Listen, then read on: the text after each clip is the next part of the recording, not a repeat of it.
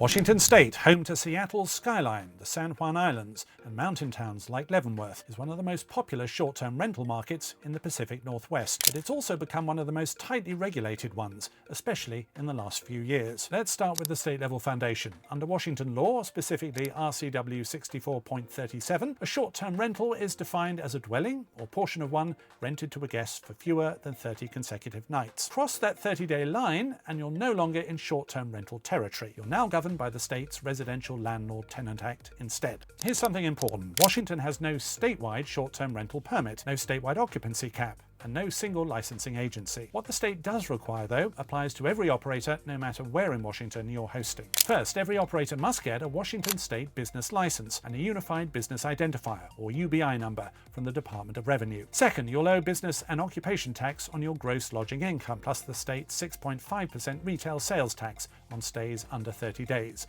on top of any local lodging taxes. Now, one rule catches a lot of new hosts off guard: liability insurance. Washington law requires short-term rental operators to carry at least $1 million in primary liability insurance, covering the rental, unless you're booking exclusively through a platform like Airbnb that already provides equal or greater coverage. Your everyday homeowner policy will not cut it here. Short-term rental use is typically excluded. So who handles the taxes? Under state law, platforms must register with the Department of Revenue and inform hosts of their tax responsibilities unless the platform is remitting those taxes directly. In most cases, Airbnb does collect and remit applicable taxes on the host's behalf. But if you're using a platform that doesn't offer that service, or if you're taking direct bookings, remitting occupancy, sales, and lodging taxes becomes your responsibility. Now, here's where Washington gets serious about local control, because cities and counties can and do layer on much stricter rules. In Seattle, you need both a short-term rental license and a business license tax certificate. But there's a catch. If you want to rent out an entire home, the owner or primary leaseholder generally has to live there. Whole house rentals are only allowed if the property is owner-occupied. Otherwise, only hosted, shared unit rentals are permitted. Seattle also caps the total number of licenses citywide and charges platforms like Airbnb and Vrbo a 6.5% compliance surcharge. Operate without a license and you could face fines of up to $500 a day. In Tacoma, hosts need a short-term rental license, priced at around $104 per unit annually,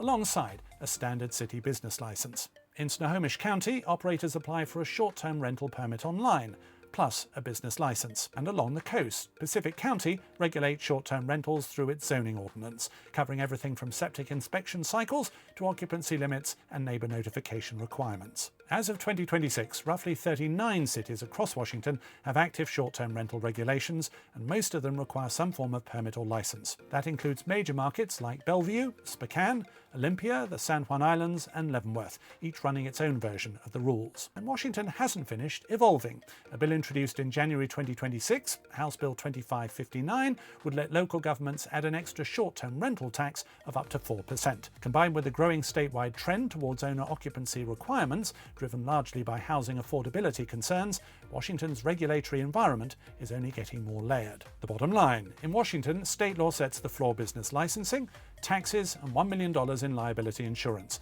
but your city or county sets the ceiling.